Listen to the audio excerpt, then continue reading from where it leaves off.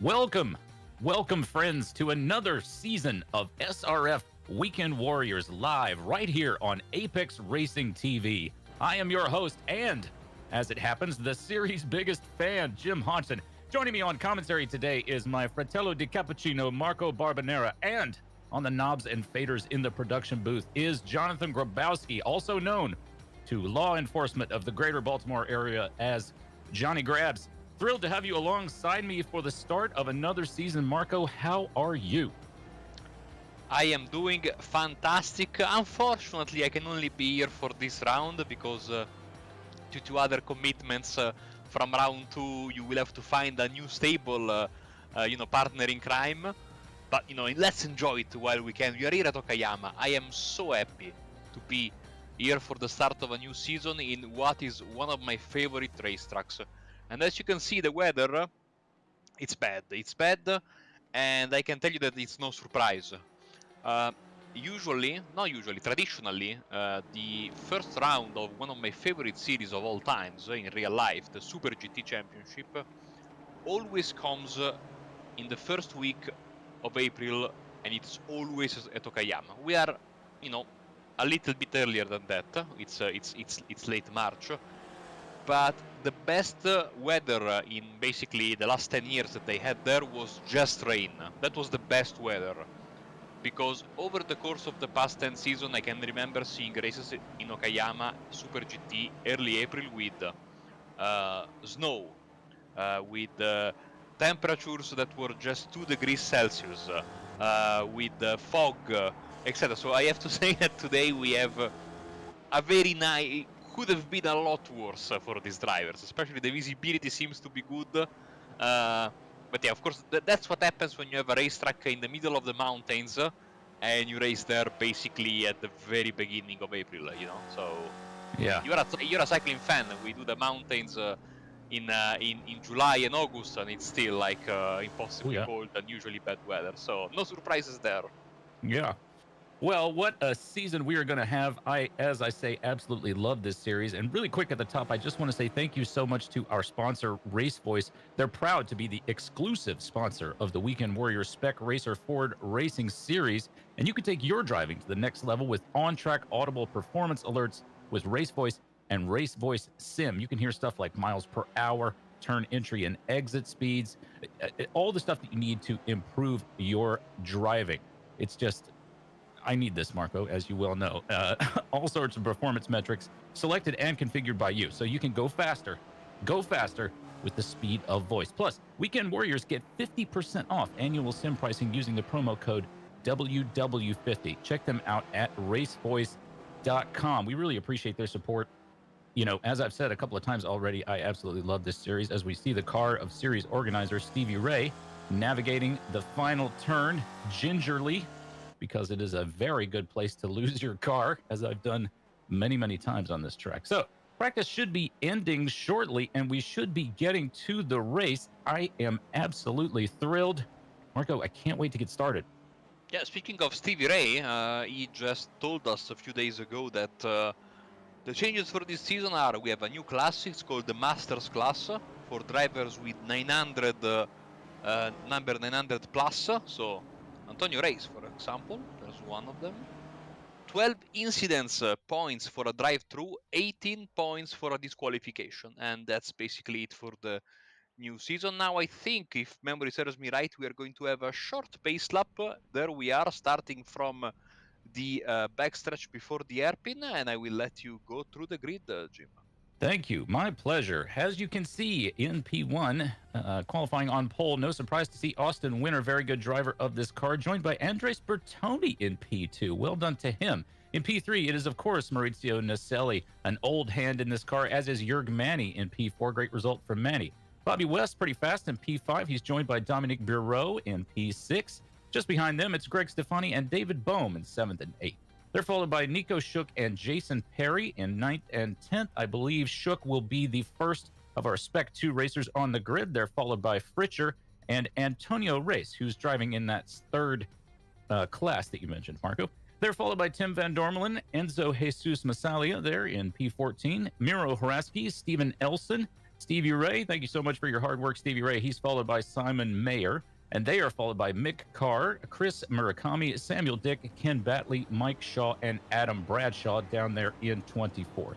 Picking up with 26, it's Ian Haycox, followed by Gorka Astarbe, Angelica Palowski, Jan Pereira, Alessandro Daladon, there he is, Yost Simpkins in P30, followed by Ian Gibson, Heinrich Kamara, Josh Arnold, Flavio Andalo, Piotr Mizarek, and Tom Gradwell in 36th. Plenty more cars to go, starting with 37th, it's Bob Kern, Jeff Jacobson, Robert Johansson, Paul Jackson, Paolo Breme, Michael Nelson. The pit car is in, so we're going to have to skip the rest of these guys. It's Waters, Romaninski, Lewis, Batinga, and the rest. I will get to you guys later, but the race is about to start. As we see here, Winner leads the field, and they are on the start-finish straight. The lights will come on shortly and then go out. It looks like Manny might be able to get himself up a couple of places if he plays his cards right. That's Winner, Bertoni, and Manny. Manny moves to the inside, maybe has a little look at Bertoni, but Bertoni covers him off. There is a high chance of contact on this very early part of the race. If you do one of the public races at this track in this car, you will certainly be seeing some of that new smoke model by now. This turn right here is a great place for those cars to go off, as is the coming giant, sort of an extended hairpin as we go down here. And everybody looking pretty safe. That's Winner, Bertoni, Manny, Naselli, Barreau, West, Bohm. And that is Fritcher's car there, number 11 that we're looking at there. It looks like Bohm is just getting passed there by Greg Stefani, who is going to follow Perry down to the hairpin. This is another good place to have a fantastically gigantic wreck on the first lap. This hairpin, you'll see these cars brake once they get to that tower there on the left. Perry brakes a little bit early to try to keep from having an incident with Bohm. Bohm is going to give him plenty of room to race, but Bohm, very nearly goes off the track. So here we are on the interior part of the track. This is pretty technical part of the track here through Revolver. Great driving so far by these guys, Marco. Everybody seems to be keeping it pretty clean. Yes, and usually, the first race of the season in any series, that tends to be a bit, wreck happy. I don't want to jinx it, but so far they seem to be having absolutely a blast, running side by side with minimal contact. And I have seen exactly 0 incidents on our incident viewer in the first lap. So great job. They take the double right-hander at the aptly named last corner as they go on the start-finish line and go into first corner.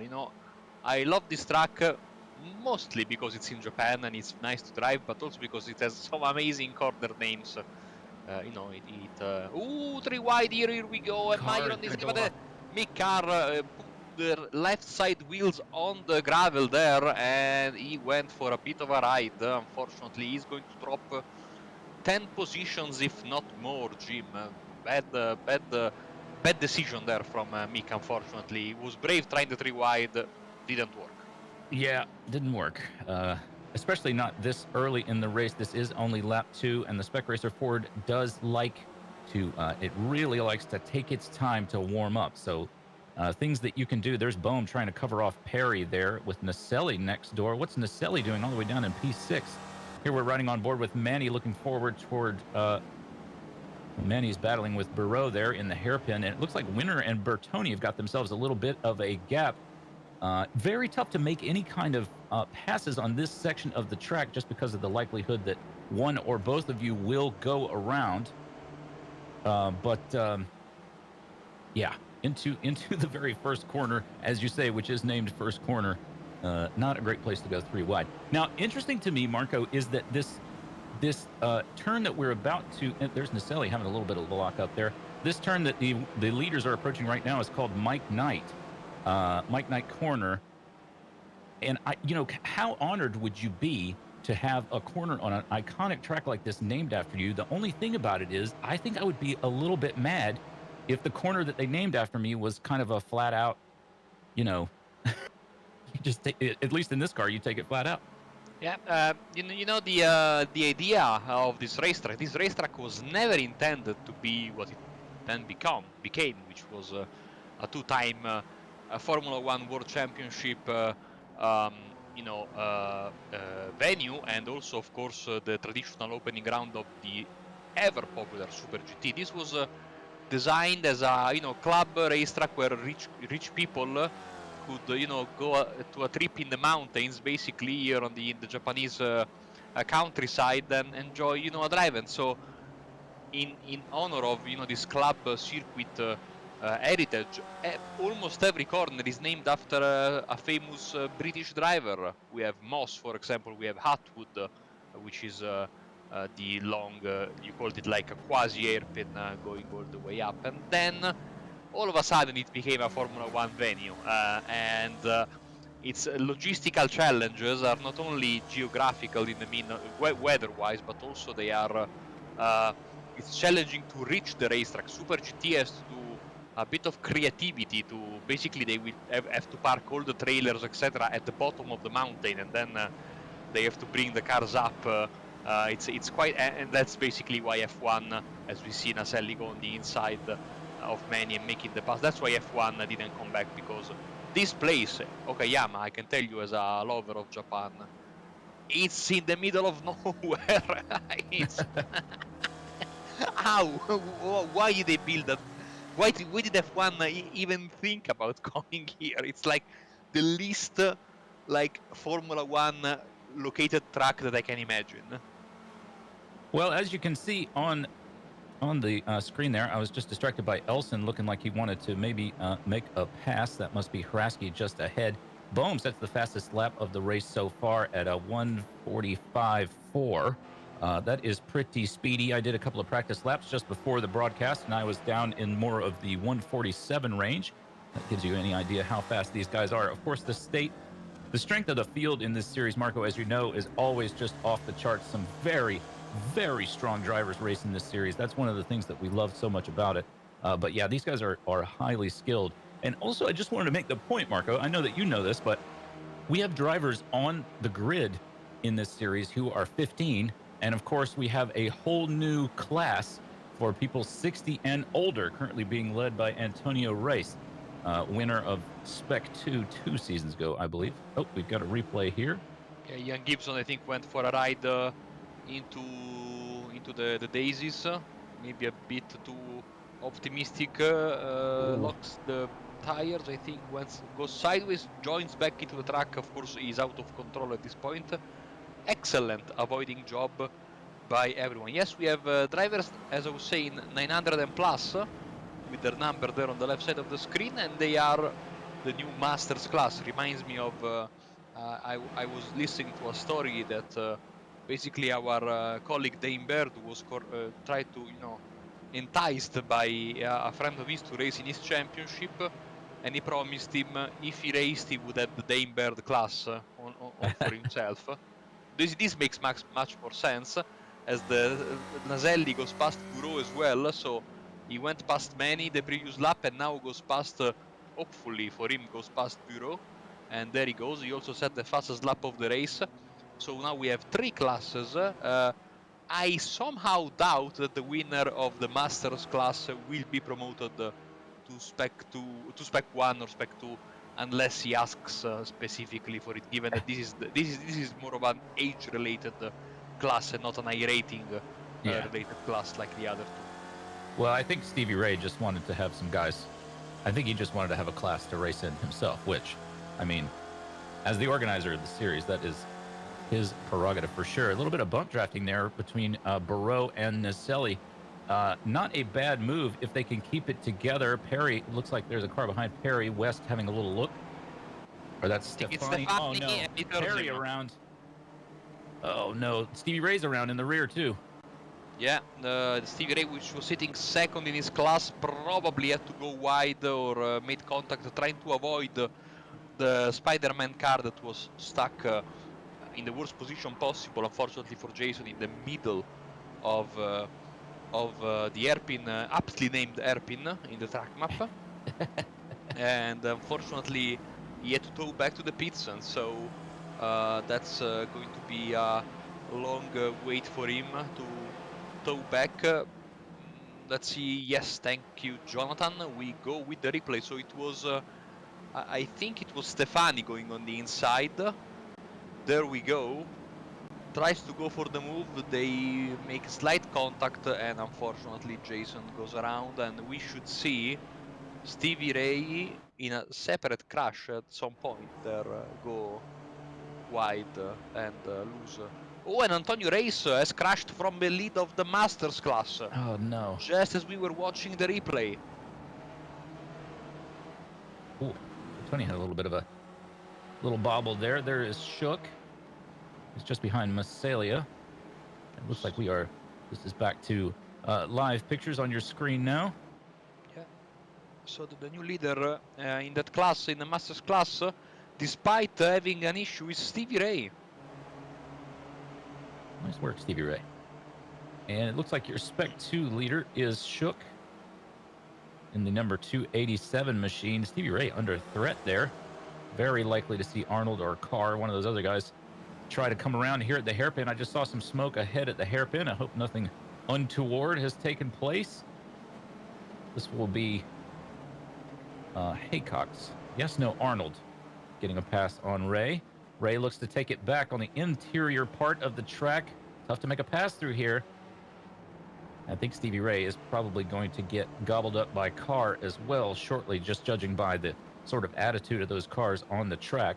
Now, it looked to me like Perry just decided to go ahead and tow. There's Carr on the inside of Stevie Ray. Tough to get a pass done here. Stevie Ray will now have the advantage of geometry for the next couple of turns, and I expect he'll make good use of them if he can get by fast.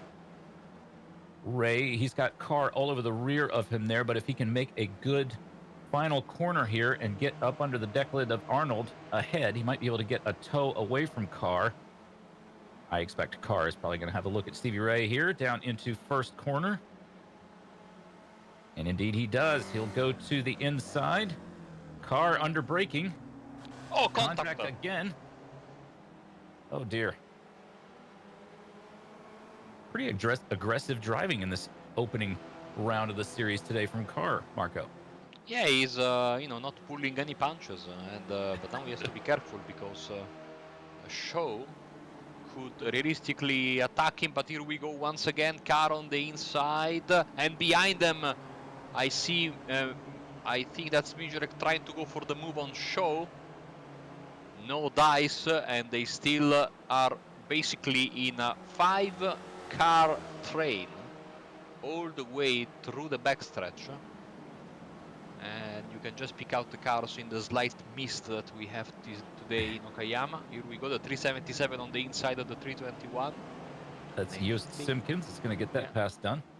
Yeah, good job from so Mijorek. See, it's basically usually what we see in this series. You have to really be careful when you go for a move, because Mijorek went for a move on Shaw before the backstretch, didn't complete the pass, and then he left himself with a worst exit speed on said backstretch, and he lost the position. As we see a car peel off, or could be Raski. Maybe it's Miro Raski, who has of course been promoted to Spec 1 after his triumphal season. Indeed. And also Stevie Ray and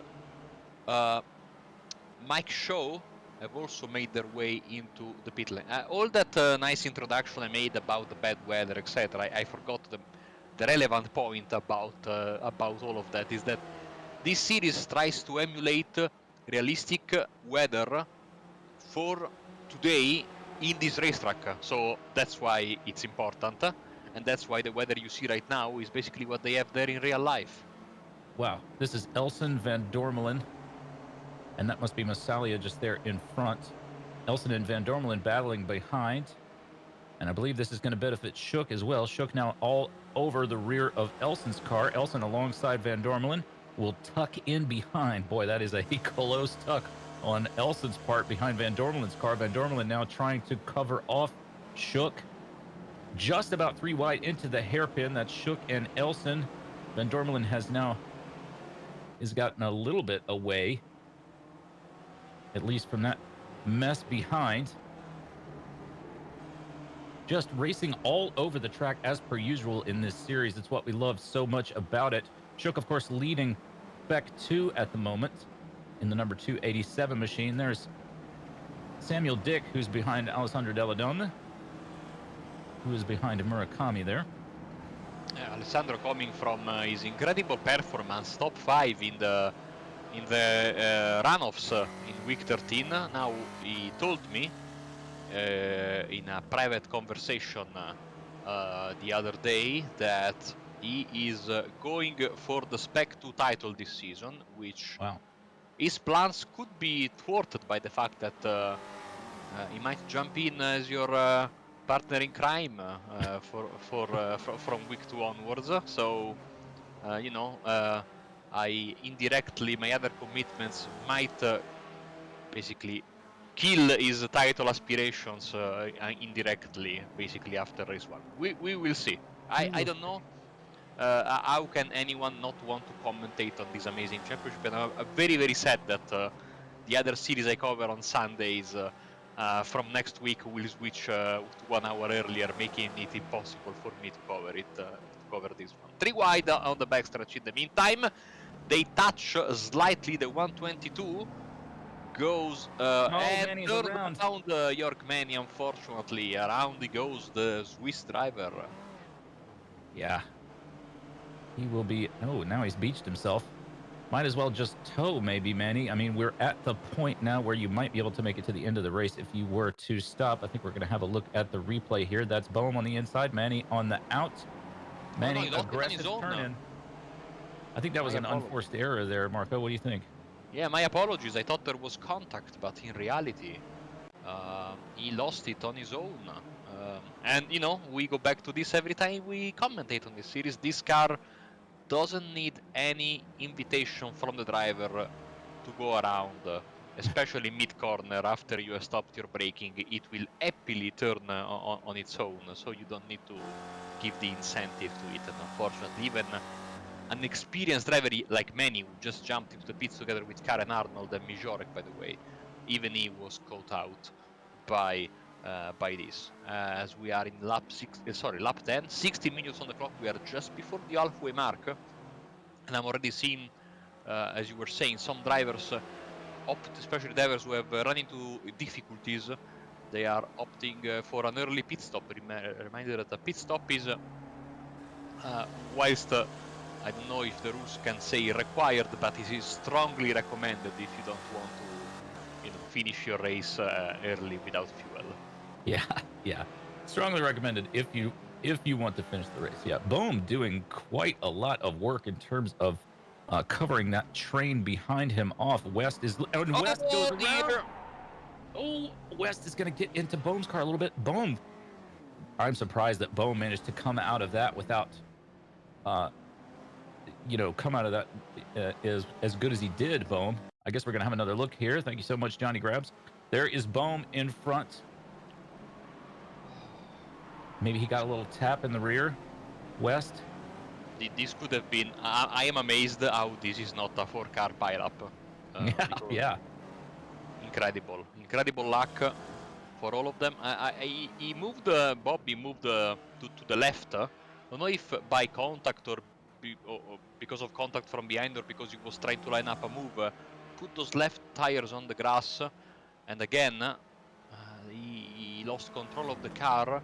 As I have to say, my God, Andreas Bertoni is having a fantastic run, and is seriously putting our leader Austin Winner under massive pressure.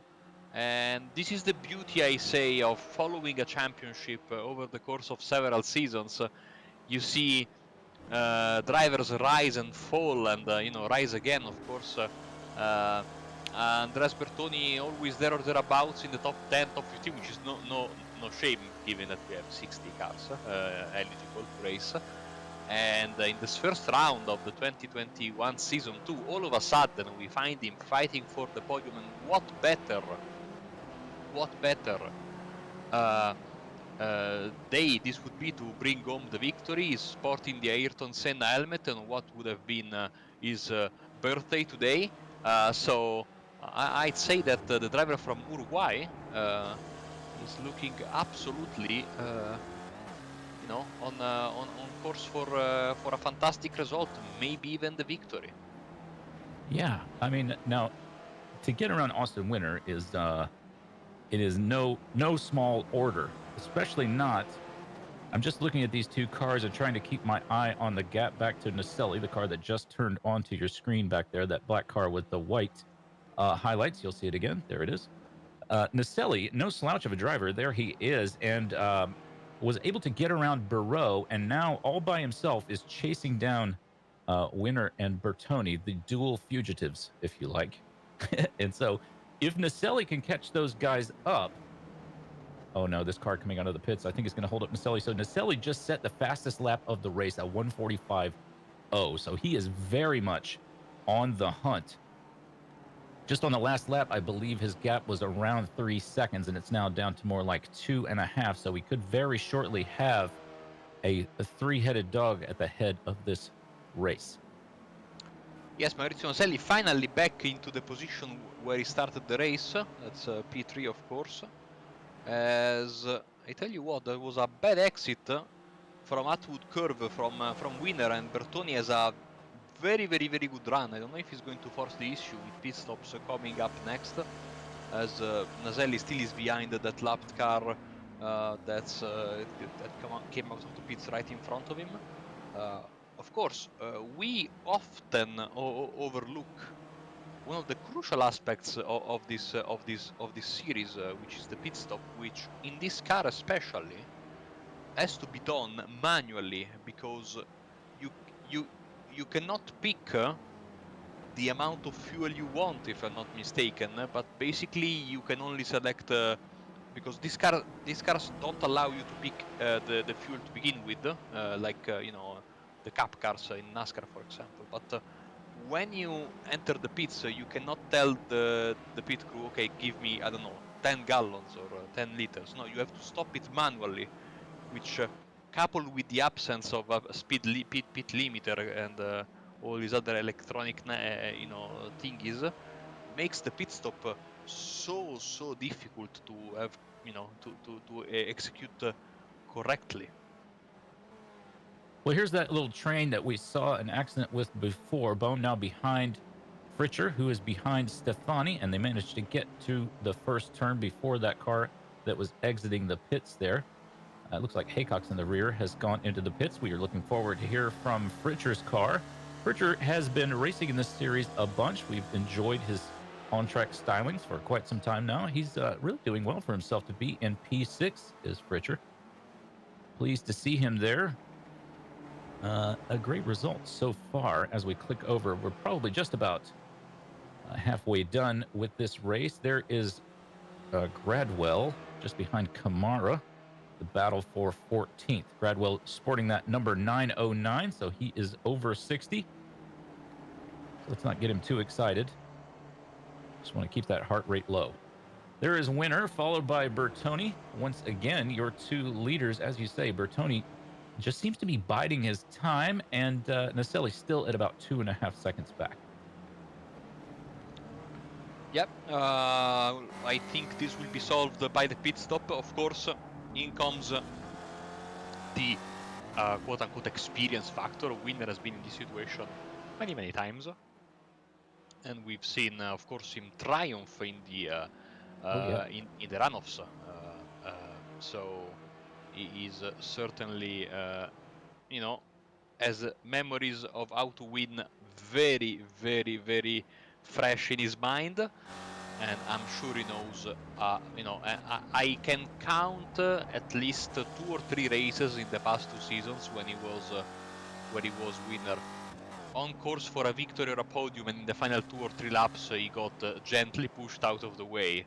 So his resume could be even more impressive than what it is, and it's still a very impressive resume. And the driver from Ohio now having to contend with the driver from the beautiful country of Uruguay, as Naselli waits there, but you know, still not able to bring that gap down. You were talking about this little group here with Stefani, Fritcher, and Lars Bohm. They have around 4 seconds on Van Dormalen behind them. And by the way, with the pit stop merry-go-round, right now we have Massaglia, I think, leading the Spec 2 standings in front of Dalle Donne and Meyer. It is, of course, David Bohm, not Lars Bohm. A very different person is Lars Bohm. That's Van Dormelen and Massalia. Let's have a little check-in with Spec 2 very quickly. So, we know that he can occasionally be a bit of a bull in the China shop, but Daladon is currently leading Spec 2. No, the he's number second. 261 machine. Is he? Massaglia is first, 455. You're right. So right. Yes, absolutely. So Massalia, the 455, followed by Daladon. So Daladon, he's not too far back. What's he got? A second and some change there to try to catch him up? Nobody blinking yet and coming into the pits in terms of the leaders. Everybody's still out on down to Bobby West in 24th. He will, of course, have dipped into the pits, most likely after that little incident that he had. Winner now dealing with a back marker who is not doing a very good job of getting out of the way. There he goes. Let's not forget that Meyer is basically glued to the rear end of Daledon, so I know we've had some pit stops, so the situation is a bit still not really set in stone, but we could have a fantastic fight for the top 3, top 5 of Spec 2 there. There is Simon Meyer, number 308, Jägermeister livery, behind the Commentatori Squadra Corsa livery as Bertoni moves through the traffic textbook style and doesn't lose anything compared to Austin Winner. Look at Naselli back there. Yeah, Naselli has closed the gap massively. Yeah, he was. He took half a second out of these guys a couple of laps ago. We'll see what his time is once he comes around now. But he's all but caught them up. I suspect, Marco, that he's going to finally catch these two guys, and then one of them is going to dive into the pits. And exactly as I say, there goes Bertoni into the pits. So Winner and Naselli still out. Bertoni pits out of second place. He is the first to blink and will head down that pit lane, doing his best to avoid a speeding penalty. There is Waters in the number 735 machine. He's got Gibson and Astarbe for company. These guys are battling for 21st.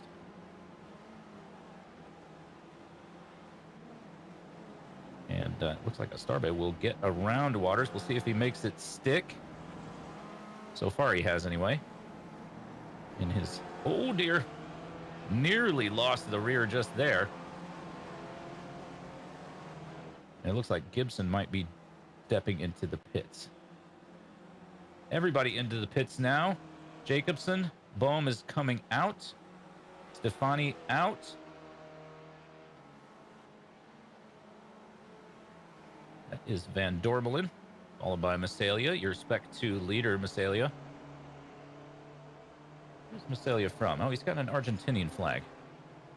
From the Hispanoamerica club, which encompasses basically most of the Spanish-speaking part of South America, but I will try to tell you in greater detail because, of course, we had Bertoni with that flag, of course, and now this season I specified in our software that he is in fact from Uruguay, so I'll tell you in a second if I can find more.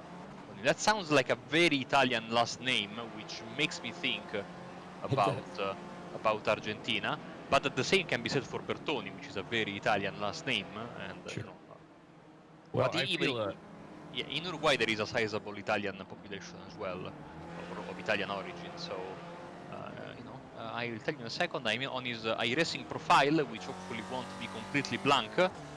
It is completely blank. Well, it looks like he's just gotten around Van Dormelen, has Massalia. There is Daladon getting into the kitty litter there. I just love Argentina. Having been there and climbed Aconcagua, the tallest mountain in the Andes, I've got a deep love for Argentina, even though I've only been in the sort of, I wasn't able to get to Buenos Aires, so I was just in Mendoza, but beautiful country. Highly recommend it. If you are interested in high altitude, climb Aconcagua. The Andes are something else.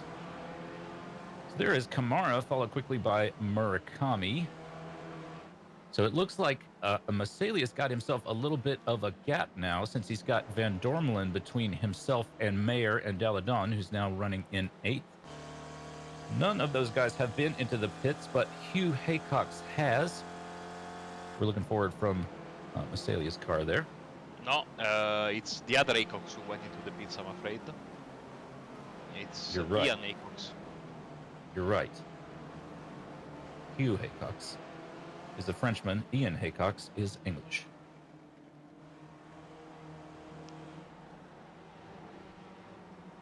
Daladon really bouncing that car over the beach there. Doing great to hang on to it. He did have a little bit of a bobble a minute ago, and that enabled Mayer to get around. There is a pass. That's West. West returning to the scene of the crime where he went around before. And here is Gibson, or excuse me, West again. Looks like we've had a couple of cars dip into the pits. Naselli, Barreau, Fritcher, Masalia, Van Dormelen, and Daladon all into the pits. So winner will stay out. Your leader will stay out by himself and choose to go at least one more lap. He's got to be running on fumes. Winner by this point, Marco, I would think. 30 minutes out in front by himself. Or with Bertoni all over the rear of his car. So let's see who gets out quickly. Naselli already out and back on track. His pit lane time at a 41 seconds. I think I'm going to go with Naselli for virtual leader of the race, just based on that pit lane time. We'll see if winner dips into the pits now. Naselli, of course, in front of Bertoni, as you can see there on your screen. So the two cars ahead, winner and Mayer, have not yet gone into the pit. So this is going to be your leaders on the road, as it were. Naselli from Bertoni. Very much suspect that winner will dip into the pits this time when he comes by, but he may not. He's a wily cat. There he is. We'll see, as he'll just now go by the pit entry. Let's see if he moves over to the right or if he stays out. He will go into the pits. So winner pits out of the lead. We'll just have to keep a look at his pit lane time. You can see it down there on the bottom left. There's another car. Oh no, this could be winner's race right here. That was Bob Kern, I'm afraid. That little pause could have been Austin Winner's chance of winning today.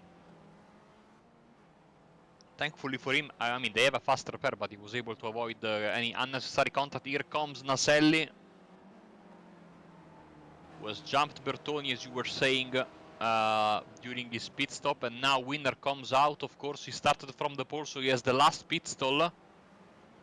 Here he comes on the track. He's ahead. Does he have the speed? I think he does. Wow. Winner now back on the track, as you say, in the lead of the race, but it's not over yet. Naselli just a second and a half back, and winner needs to get back up to speed. His tires will of course be warm. He won't have taken tires. Winner's pit lane time 40.72 versus Naselli 41.27. So a very short pit stop for winner there. Might have been the shortest on the grid. Just looking at the times, yes, it looks like he was. Surely the shortest of the top 18, no? Which is, of course, a good chunk of the field. And now Daladon trying to put pressure on Shook. This is for second place in Spec 2. After all is done and done, I think everyone has stopped. Daladon very nearly lost the rear of the car there.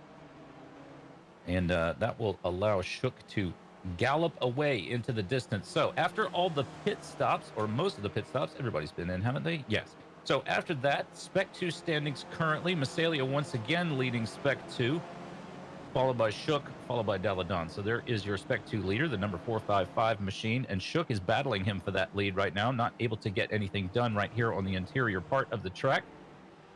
And Daladon right there running in third. You just saw his car there, his beautiful livery.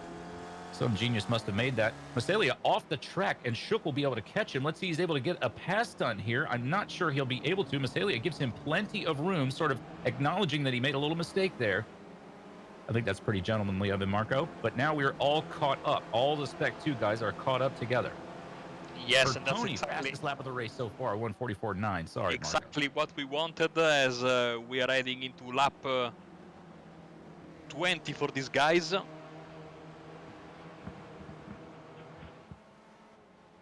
Absolutely. So, winner's gap to Naselli, 1.3.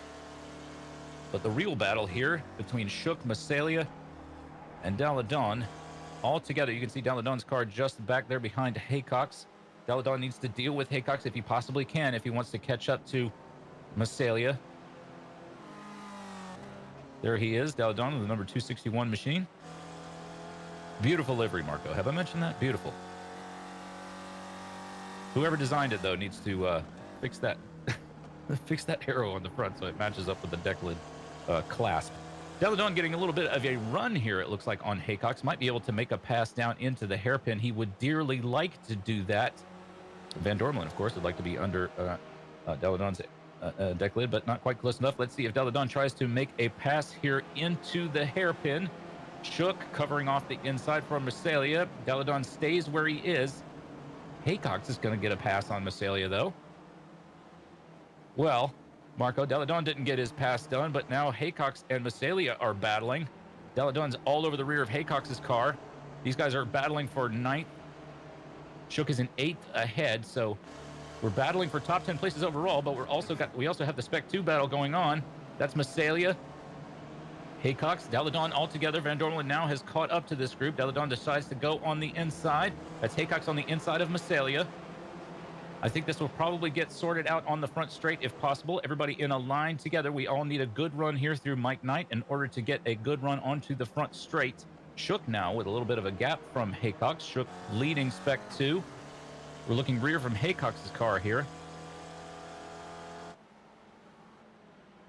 And that's Masalia moves out to cover off Daladon, who moves even farther out. And Daladon will try to get it done on Masalia under braking. He locks up, puff of smoke. Masalia will come back at him. And Masalia will get the spot back, although Daladon now has the inside. Nope, I think Masalia is going to get him. He tried to get it done under braking, didn't he, Marco? But he just locked it up a little bit. He'll surely try again here. Yes, he does. Under braking. Manages to make it happen without a puff of smoke this time. Masalia all over the rear of his car. I'm not sure that was a great...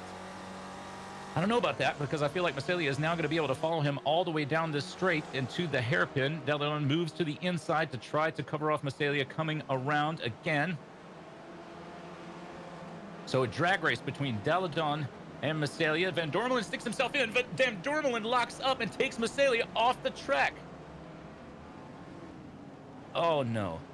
Tim Van Dormelen just locked up there, coming down the hill into the hairpin, and knocked Masalia right off of the track. Now Masalia involved in another accident. That's Elson off as well. Masalia's car looking like it's been thrown down a set of stairs as Manny gets by. Now all the way down in 22nd. We're going to have another look at that here. So that's Van Dormelen, Daladon, and Masalia 3 wide. And Van Dormelen just can't stop his car. Hits Masalia, sends him off. So what happens to Masalia now? He's back on track. There go Fritcher and Elson. Elson turns in, and then, Masalia just gets T-boned by the 308 machine. Not a great rejoin there by the number 308. That is Simon Mayer. A little bit of a cheeky rejoin, but he managed not to cause too many more knock-on accidents. Always good.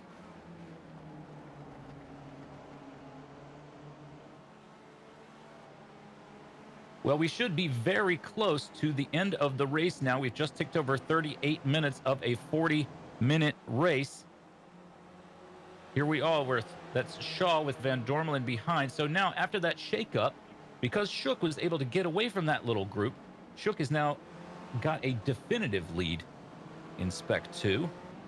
There he is. Shook's got Haycox all over him. Haycox, of course, in Spec 1, so Shook probably will just go on and let him go.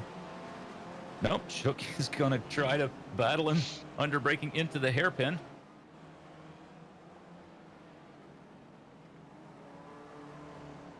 you know, we should probably check in with the leaders of the race. Normally, normally we get it. Normally, drivers get annoyed with us if we don't check in down the field, but we forgot about the leaders. There's Winner coming across the finish line. We'll see if he gets a checkered flag. He very may well as he crosses the start-finish line. White flag. So 1 to go for Winner. Fastest lap of the race so far at a 1:44.9. Winner doing everything he can to stay away from Naselli. Naselli now 1.1 seconds back. Naselli probably not going to be able to close that up. And Bertoni there just another couple of seconds behind. He gets himself a 1:44 or 1:45.4, I believe. Yes, indeed. There is Naselli. So a great drive for Naselli today. He had a lot of luck, but Winner just had that little bit more luck, I think. Of course, this race is not done. We're only in the first couple of turns of the final lap for Winner. But some more movements going on back there. In Spec 2, looks like Deladon has just gotten around. It looks like Deladon and Haraski are battling. Yes, they are. There's Deladon and Haraski. Deladon shuts the door to try to keep Haraski from coming around, but I don't think it's going to work. We'll see. Haraski, of course, the defending champion, promoted into Spec 1, but, you know, it's not like, I mean, your speed tends to remain that, so he's, of course, not surprisingly in a fight with a couple of Spec 2 drivers, but Shook seems to be going to be taking home the first victory of the season in that category, as he just goes by Acox, maybe. Oh, they need to be super careful, very wide goes Shook, doesn't want to take any risk as our race leader is taking the last corner. Yes, indeed. There he is, and he maintained that second gap over Naselli. Naselli just chipped and chipped and chipped away from it, but he wasn't able to chip it all away. There he is, pulling all the way to the inside. Your winner, Austin Winner, in the number 33 card. There's P2 back there, Naselli and Bertoni across the finish line as well. Here is your Spec 2 leader, and likely your Spec 2 winner for the day. In fact, that's your Spec 2 1 and 2, Shook and Deladon there. In the 287, there's Deladon appearing on your screen. Shook taking the final corner. There's Deladon. And off to a pretty decent start is Deladon if he wants to win Spec 2. Deladon wiggling his car all over the place. Marco, what would you say at this point if Deladon, he's swerving all over the start-finish straight, loses the rear of the car, crashes, ends up in P5? What would you say to him? I mean, I wouldn't be surprised if he like crashes, hops over the pit wall and gets an unsafe pit entrance penalty. He towed back to the pits to get out of the way. I think in the very final second of the race, there has been a pass. Maybe West went by Stefani, but I don't quote me on that. I saw some change, and congratulations on our first ever winner in the Masters class. That's number 961 of Mike Shaw, and you know, his name will be forever etched into the record books. Second is Tom Gradwell, and third in the new category is Antonio Reis. For Stevie Ray, the organizer, only as we say in Italy, a wooden trophy today. Finishes fourth in class. Wow, a wooden trophy. I hadn't heard that one. Well, I'm expecting any moment now to see the results, and of course, we should have a demo derby going on at some point. It must be happening down at the hairpin. We'll see if Stevie crashes into everybody. There's your winner. Austin Winner has won himself the race at Okayama, the opening round of SRF Weekend Warriors presented by Race Voice. In second place, Naselli, a great race, a great pit strategy, just wasn't able to close up to Winner. Andres Bertoni lost out in the pits. He was all over the rear of Winner's car. They're followed by Dominique Burreau, great result for him. Bohm in fifth, well done, Bohm.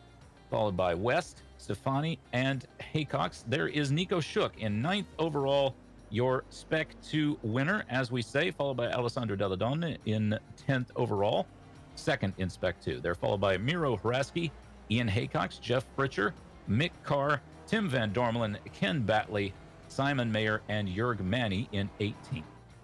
In 19th, of course, as we see the Demo Derby taking place on the start-finish straight, it is a tradition with this series. In 19th, it's Mike Shaw, followed by Josh Arnold, Samuel Dick, Enzo Jesus Masalia, Henry Kamara, Jeff Jacobson, Chris Murakami, Tom Gradwell, Yost Simpkins, and Antonio Race in 28th. In 29th, it was John Pereira, followed by Jesus Rodriguez, Gorka Estarbe, Stevie Ray, Ian Gibson, Johan Butenga, David Waters, Paolo Breme, Bob Kern, and Adam Bradshaw in 38th. In 39th, it was Robert Johnson, followed by, Johansson. I apologize, Johansson. Followed by Michael Nelson, Mark Gehan, Stephen Elson, Jeff Cantor, Stephen Mitchell, Matthew Filipowicz, Flavio Andalo, Richard Franco, and Paul Jackson in 48th. In 49th, Peter Mizurek, Darren Kuhn, Jeremy Lewis, Paul Romaninski, David Elgato, Arve Svenning, Gary Wolbolt, Sean Conlon, Angelica Pavlowski, and Jason Perry last in 58th, but still number one in our hearts, Perry. I think he must have had that incident that he had in the beginning of the race must have put him out. Yes, there is a incredible mixture of mist, tire smoke, and engine smoke. That's blown engine smoke. Creating basically a nice show for the fans here at Okayama. It was a great way to start the season, and I think we have Austin Winner standing by with Jim Oxon. Yes, indeed. Let's get him in. Oh, we did. Oops. I accidentally moved Alessandro in as well. We'll get to him in a minute. Austin, congratulations on your win in the opening round of SRF Weekend Warriors. How are you feeling? Oh, thank you. My heart's racing. I'm a little sweaty, but other than that, feeling great. Yeah, we were. It was a little bit of a nail biter there, especially. So, what was going through your mind when you stayed out a couple of laps on pit strategy, and then you finally decide, okay, now's the moment, and dive into the pits, and there's another car ahead of you in the entrance. How was that? Yeah, I could have pitted earlier for sure, but I saw the track ahead of me was pretty open, so I wanted to, take advantage of that clean track. And then when I was coming into the pits, it was somebody I didn't recognize. I was like, please don't slow down to the line. Don't slow down to the line. Then I nearly rear-ended him, and then I actually passed him in the pit lane. He was going a little bit below the limit, and every second matters. If you go 32 miles per hour and the speed limit is 37 miles per hour, you might as well just finish in fifth. You need every second. You only had, in terms of pit lane time, about half a second on Naselli. So, 5/10 is nothing. So it really came down to the wire on that.